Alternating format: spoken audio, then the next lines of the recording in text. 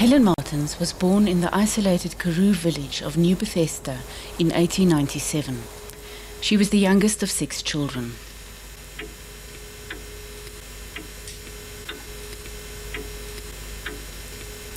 At 23, she married Johannes Pienaar, a charismatic school teacher who later became a politician.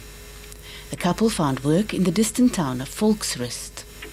Together they explored the world of amateur theatre. Helen's vision of romance and travel, however, ended in betrayal, separation, and finally divorce in 1926. Details of the intervening years are vague, but in her mid-30s, Helen Martins, as the youngest and unmarried daughter, reluctantly returned to Nieu Bethesda to care for her ailing parents.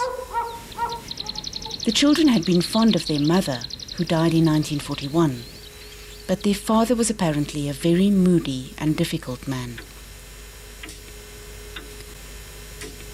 Early signs of Helen's willful determination appeared when the elderly father was removed to a windowless outside room. After he died in 1945, she painted the room black and named this the Lion's Den. Alone, middle-aged, and nearly destitute, Helen had been abandoned by her romantic dreams.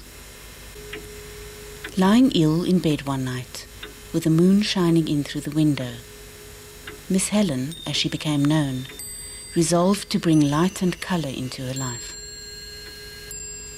She had no overall plan, but what began as a decorative quest soon developed into a fascination with the interplay of reflection and space, of light and dark. Miss Helen hired local workmen to do structural modifications, mostly replacing original windows with the vast panes of glass that would bathe her home in multicolored hues of light.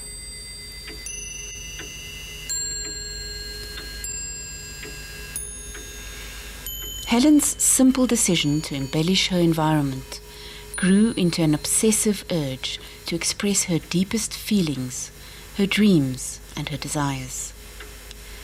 From the mundane articles that surrounded her, she created a symbolic language of sun faces, owls, and other images.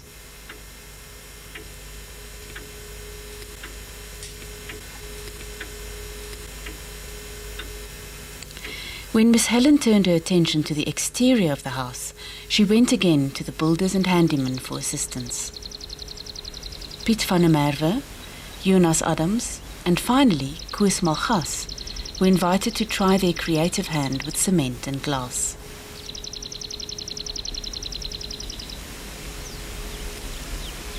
Koos Malgas very quickly developed techniques for working with these difficult materials, and before long he was regularly employed.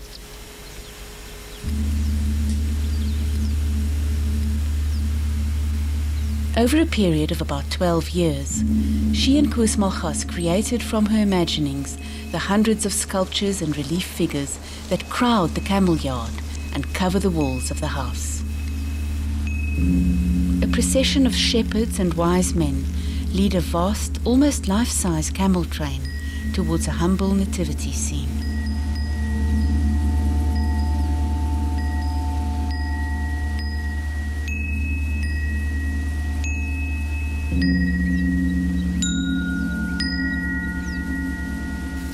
Miss Helen was inspired by the poetry of Omar Khayyam, the works of William Blake, and had a deep fascination for religious imagery.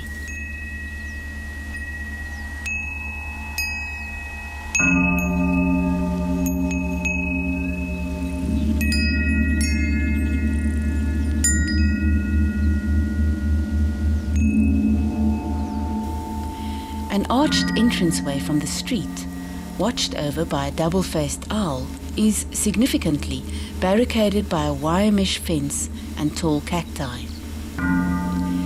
Like the bottle-skirted hostesses within the yard, this arch must have been intended to welcome visitors into her land of mystery and enchantment.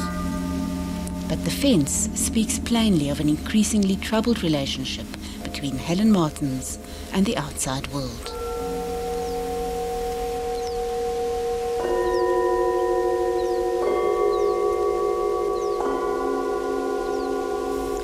The few friends that she had describe her as an intensely passionate person who became animated and excited when discussing her latest ideas.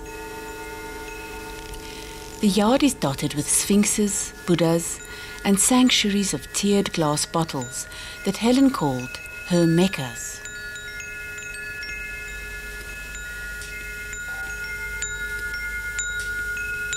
The highlight for any visitor, enacted with great ceremony, was the illumination of Miss Helen's world by her vast collection of lamps and candles.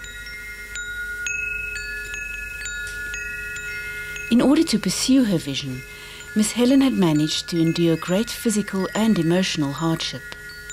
That is, until her eyesight began to fail her.